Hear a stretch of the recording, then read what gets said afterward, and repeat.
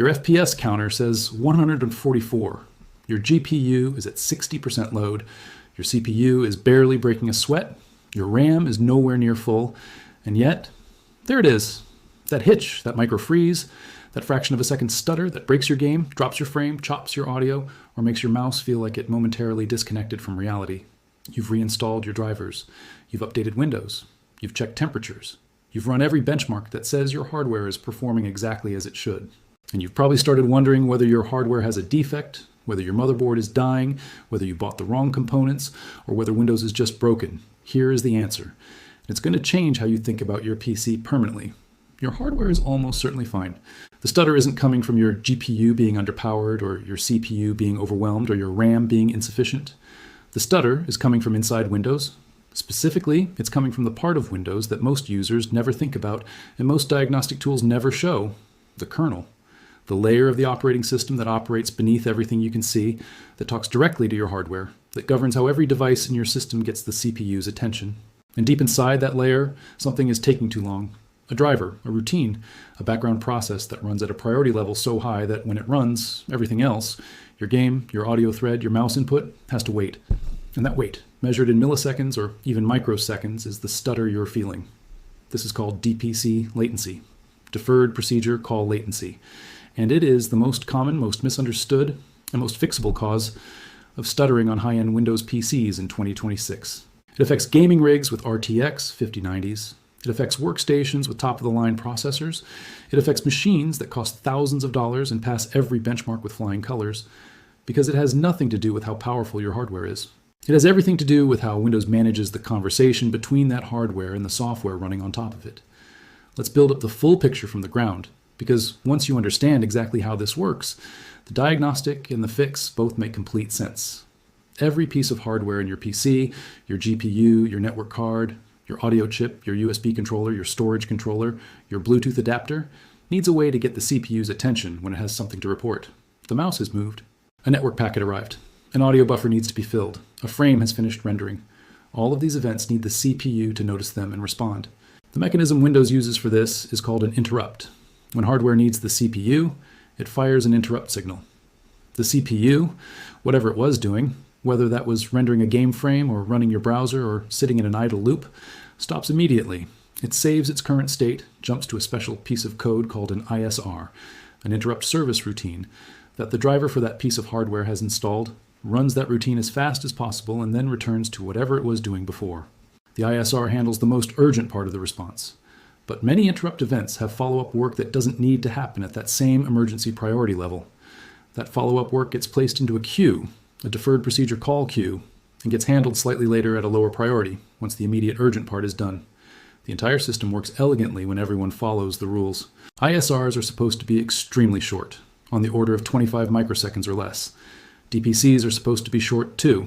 Around 100 microseconds or less is the guideline Microsoft documents for well-behaved drivers. When routines stay within these limits, the system hums. Interrupts fire, get handled instantly, and the CPU returns to whatever time-sensitive work it was doing. Your game frame gets rendered on schedule. Your audio buffer gets filled on schedule.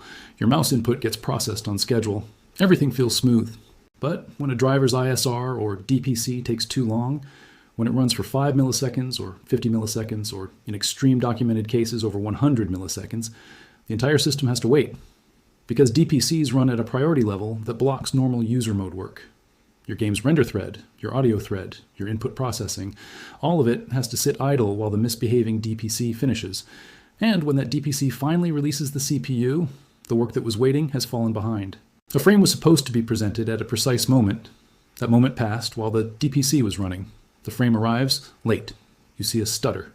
Or an audio buffer that was supposed to be filled at a precise interval wasn't. The buffer runs out. You hear a pop or a crackle. Or your mouse input that was supposed to be processed every millisecond got backed up. Your cursor stutters. None of this shows up in Task Manager. Task Manager shows CPU utilization, how much of the CPU's time is being consumed by processes.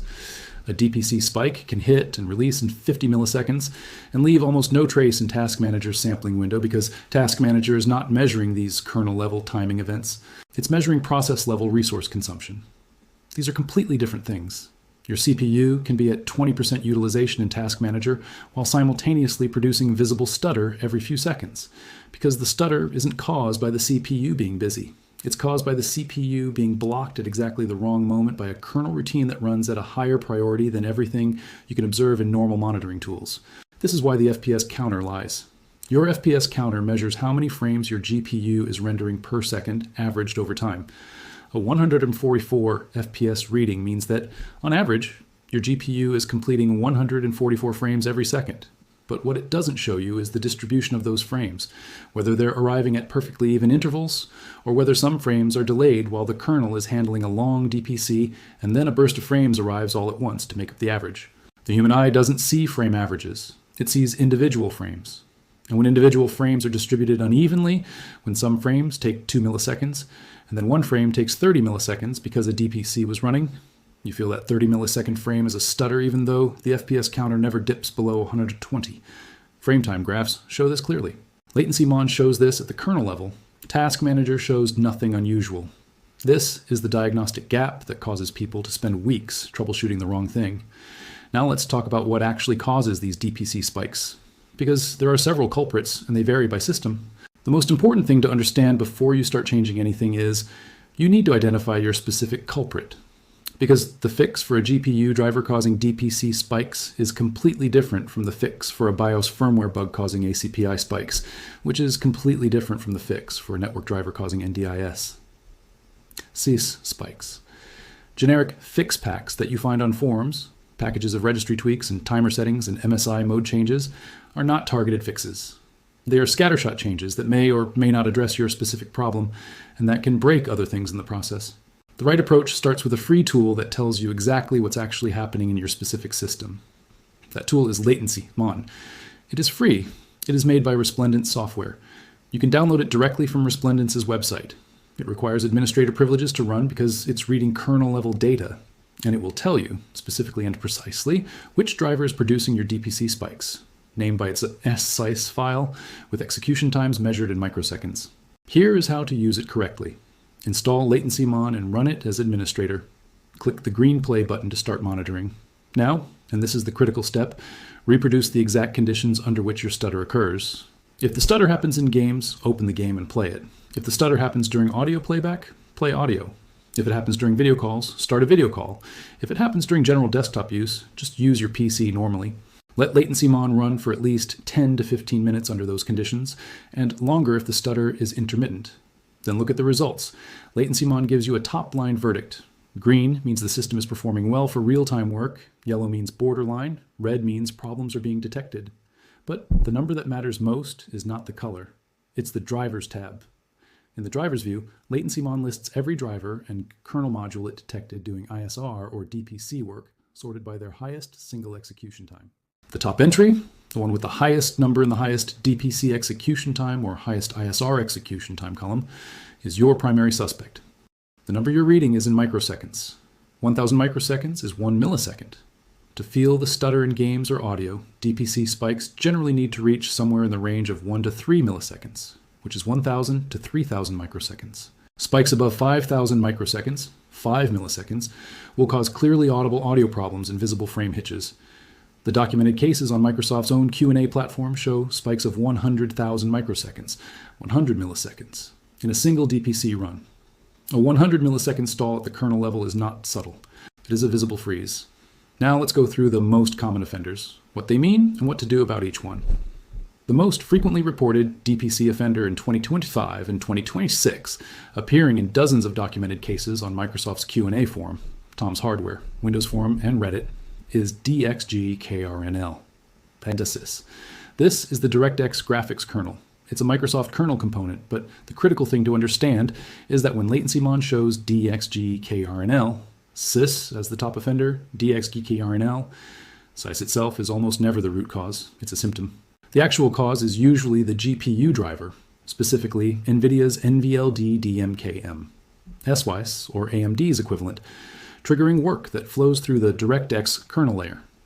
When the GPU driver does something that takes too long at the kernel level, the spike registers against DXGKRNL. SIS, because that's where the work surfaces in Windows interrupt handling architecture. The fix for dig Kernel sys spikes is almost always in the GPU driver stack, and the most effective first step is not to simply update to the latest driver. The most effective first step is to do a clean GPU driver installation using a tool called DDU, Display Driver Uninstaller. Here's exactly why a regular driver update often fails to fix this. When you update a GPU driver through the standard installer, or even when you use the installer's clean installation option, it removes the previous version's files and installs the new ones. But driver installations leave behind registry entries, leftover system files, and cached configurations from previous versions. These remnants can conflict with the new installation in ways that produce DPC spikes even when the new driver files themselves are clean. The GPU driver stack is complex. It involves multiple kernel mode components, user mode libraries, scheduler hooks, and GPU firmware interfaces. And partial conflicts between leftover pieces of old drivers and new components can produce exactly the kind of inconsistent, hard-to-reproduce kernel-level timing problems that appear as stutter. DDU removes all of this completely. Every registry entry, every leftover system file, every cached configuration associated with the previous GPU driver, gone. The process requires booting into safe mode first, because in safe mode, the GPU driver is not loaded and therefore cannot block its own removal. Boot into safe mode by holding the Shift key while clicking Restart, then navigating through Troubleshoot, Advanced Options, Startup Settings, and selecting safe mode. Once in safe mode, run DDU, select your GPU vendor, and choose Clean and Restart. After the system restarts in normal mode, you'll be on Windows Basic Display Driver. Now install your target GPU driver, either the latest version or a specific version known to be stable for your GPU generation, using the manufacturer's installer with the clean installation option selected. Reboot, run latency again under the same load conditions as before and compare the results. If the DXGKRNL sys spikes have reduced significantly or disappeared, the issue was driver contamination from a previous installation. If they persist despite a clean driver installation, the issue may be with the specific driver version, in which case trying either the previous stable release or the latest studio or game-ready version, depending on which you are using, is the next step. NVIDIA in particular has had documented driver regressions, versions where specific branches introduced DPC latency that didn't exist in the previous branch. And the community on Tom's Hardware and our NVIDIA has historically been good at identifying which versions are stable for specific GPU generations. The second major offender is ACPI, sys, the Advanced Configuration and Power Interface driver. When latency points here as the top offender, the cause is almost always in the BIOS firmware rather than in Windows itself. ACPI is the interface between the operating system and the system's power and hardware management features. The BIOS contains a set of ACPI methods, small programs written in a language called AML that Windows calls to perform power management operations, adjusting CPU frequency, reading thermal sensor data, managing battery state on laptops, handling fan control. When one of these BIOS-level ACPI methods is poorly written, when it contains a sleep call or a polling loop or a hardware access that takes longer than expected, the resulting delay propagates directly into Windows as a DPC spike against ACPI. sys. This is a documented, specific, real problem. The Asus ROG stutter issue, which affected the ROG Strix, Scar, Zephyrus, and TUF laptop families over multiple product generations, and was investigated in depth by a technically proficient user community, was traced all the way down to a specific faulty ACPI method in the BIOS called L02. The investigation, documented in detail on Faceofit, calm and confirmed by multiple independent users using kernel tracing tools, found a clear call stack. A hardware interrupt triggered the ACPI driver, which called the faulty L02 method from the firmware, which called a sleep function. A sleep function in an ACPI interrupt handler. Code that was supposed to be taking microseconds was instead stopping and sleeping, producing freezes of many milliseconds every time the ACPI handler was called. The fix for ACPI. Sys DPC spikes is a BIOS update. If the manufacturer has identified and fixed the specific ACPI bug, the updated BIOS version will contain corrected ACPI methods. If no BIOS update is available, the interim workarounds are limited and involve accepting the limitation while the vendor develops a fix, or, in extreme cases for technically proficient users, patching the ACPI tables directly, which is an advanced operation that should only be attempted with careful research and a backup plan. The third major offender is NDIS sys, the Windows Network subsystem. When NDIS appears as the top DPC offender in latency the cause is almost always the network adapter driver. Every packet that arrives on your network card fires an interrupt. If your network driver is handling those interrupts inefficiently, if it's doing too much work in the DPC handler for each packet, or if it's configured to use legacy interrupt mode instead of message signaled interrupts, NDIS. Success will show elevated DPC times under network load. This can produce stutters specifically when your PC is doing network activity, when you're in an online game and packets are flowing, when you're on a video call, when a background download is running. The fix has two parts. The first is updating the network adapter driver directly from the adapter manufacturer's website, not through Windows Update, which often installs a generic driver that doesn't include the vendor's full optimization. Intel, Realtek, Killer, and other NIC manufacturers maintain their own driver pages with more recent and more optimized releases than what Windows Update provides. The second part is checking whether your network adapter supports MSI, message signaled interrupts, and whether it's using them. MSI is a more efficient interrupt delivery mechanism than the legacy INTX mode, and switching a network adapter from legacy interrupt mode to MSI can significantly reduce the DPC overhead per packet. This can be verified and changed through Device Manager using the advanced driver properties for the network adapter, though the exact setting location varies by adapter and driver version. The fourth major offender is HDOD bus, Swiss, the high-definition audio bus driver. This one appears frequently in latency mon results and frequently alarms people unnecessarily. There are two important things to know about HDOD bus. And Swiss, first, it typically appears as an ISR offender rather than a DPC offender, meaning it shows up in the interrupt service routine data rather than the deferred procedure call data. ISRs from audio buses running in the range of a few hundred microseconds are generally not the primary cause of visible gaming stutter, though they can contribute to audio pops and crackles. Second, when HDOD bus, slice shows elevated times. The cause is almost always the audio driver from the motherboard or laptop manufacturer, Realtek's audio drivers being the most common culprit, rather than the Microsoft bus driver itself. Updating to the most recent Realtek HD audio driver from Realtek's own website, rather than the version bundled by the motherboard manufacturer, often resolves this. The fifth category of DPC offender, and the one that causes the most confusion because it's hardest to identify, is security and virtualization software. Windows Defender's real-time protection, third-party antivirus software, VPN clients, anti-cheat systems installed by games, and Windows Memory Integrity feature, formerly called Hypervisor Protected Code Integrity, or HVCI, all insert themselves into the kernel's code path in ways that can add DPC latency. Memory Integrity in particular, which is enabled by default on many Windows 11 installations, runs kernel code through a virtualization layer for security verification. This is a legitimate security feature, and it genuinely reduces certain attack surfaces, but it also adds overhead to every kernel operation, and for systems where other latency sources are already borderline, it can push total DPC latency into the range where stutter becomes visible. Testing with memory integrity disabled, not permanently but temporarily as a diagnostic, is a reasonable step when other causes have been ruled out, and latency mon continues to show high kernel timer latency without pointing clearly to a single driver. The setting is in Windows Security, under Device Security, then Core Isolation, then Memory Integrity. Toggle it off, reboot, run latency mon under the same load conditions, and compare results. If latency improves significantly, memory integrity is contributing. If there's no change, turn it back on and look elsewhere. Similarly, if you recently installed a new game with a kernel-level anti-cheat system, Easy Anti-Cheat, BattleEye, and Vanguard, and the stutter started after that installation, testing without that anti-cheat running is a legitimate diagnostic step. Some anti-cheat implementations install kernel-level drivers that remain active even when the associated game is not running, and some versions of these drivers have had documented DPC latency issues that were fixed in later updates. Now let's talk about one category of fix that appears constantly on forums and that deserves a specifically cautious response: the generic DPC latency fix pack. These are compressed archives that contain batch scripts or PowerShell commands or registry files that make changes to timer resolution settings, HPET, high precision event timer, configuration, interrupt affinity settings, and various scheduler-related registry values.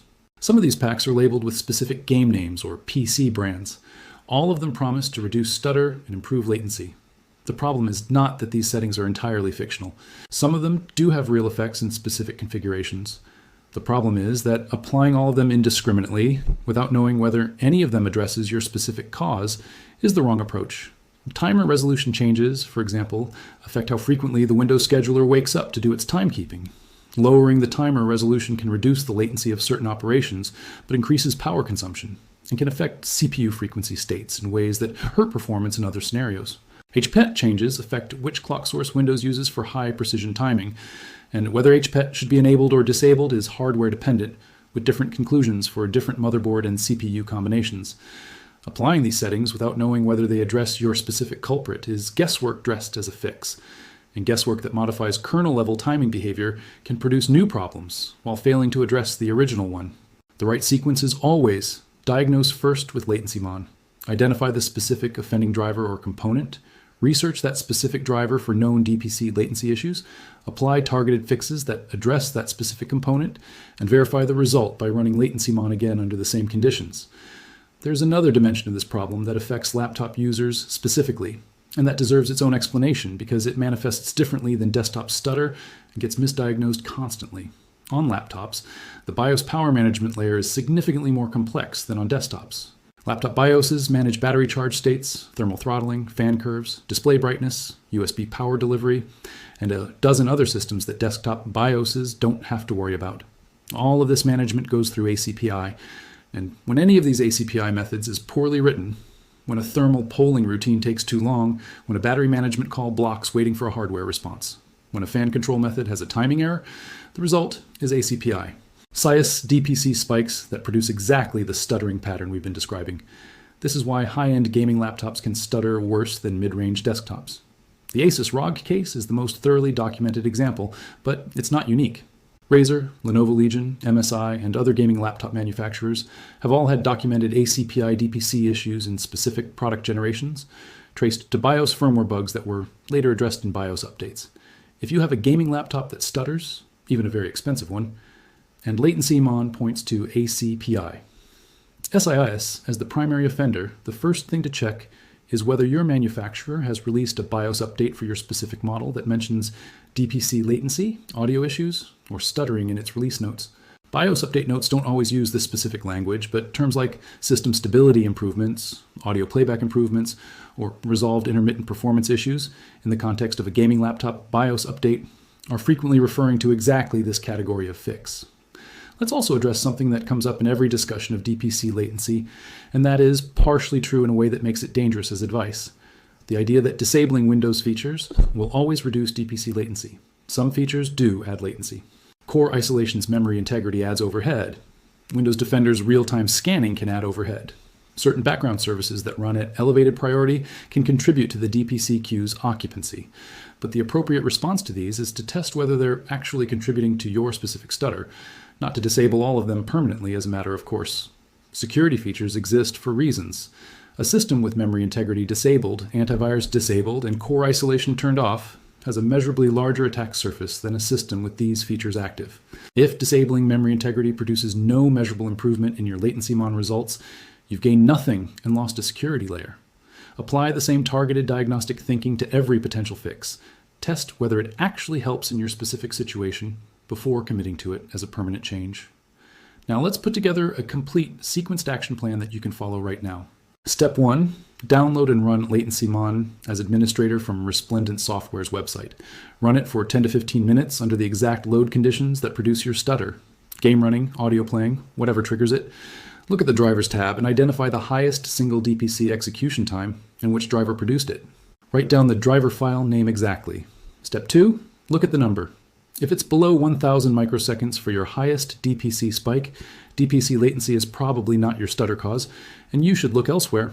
GPU frame time analysis tools like FrameView or PresentMon may be more relevant. If it's above 2,000 microseconds, and especially if it's above 5,000, you have a DPC latency problem that matches your stutter symptoms. Step 3. Match the driver name to the category DXG, KR, and L. SYS means GPU driver stack. Proceed to DDU, clean install of GPU drivers. ACPI, SYS means BIOS firmware. Check for BIOS updates for your specific board or laptop model. NDIS, SYS means network driver. Update the NIC driver from the manufacturer's website and check MSI mode. HD odd bus. SYS means audio driver. Update Realtek or the relevant audio driver from the vendor's site. A security or virtualization driver means test with memory integrity temporarily disabled. Step 4. Apply the targeted fix, reboot, and run latency-mon again under the same conditions. Compare the highest DPC execution time before and after. If it has dropped significantly, especially if it's now below 1,000 microseconds consistently, your fix worked. If it hasn't changed, you may have multiple contributing sources, or you've misidentified the root cause and need to look deeper at the specific driver stack. Step 5. Verify subjectively. Play the game, play the audio, do the video call. Does the stutter feel better? Frame time graphs in CAP FrameX or PresentMon will give you objective before and after data if you want to quantify the improvement. There's one more thing that deserves to be said clearly, because it's the most important framing for this entire problem. DPC latency stuttering does not mean your hardware is defective. It does not mean you bought the wrong components. It does not mean Windows is irreparably broken on your system. It means that somewhere in the driver and firmware ecosystem that connects your hardware to Windows, something is taking longer than it should at the kernel level, and that something has a name, a file, and in the overwhelming majority of cases, a fix. The reason this problem is so common and so persistently underdiagnosed is that it sits in a layer of the system that normal monitoring tools don't reach. Task Manager doesn't show it, GPU-Z doesn't show it, HDY, NFO doesn't show it. Even detailed performance overlay tools that show CPU and GPU and RAM don't show it, because they're all measuring utilization and temperatures, not the timing precision of kernel interrupt handling. LatencyMon reaches into the layer that matters. It measures the thing that is actually causing the stutter, and it names it. Your high-end PC deserves to perform like a high-end PC. The stutter you're feeling isn't hardware. It's a specific piece of code running at a specific priority level in a specific kernel driver, taking longer than it should. It has a name. Now go find it.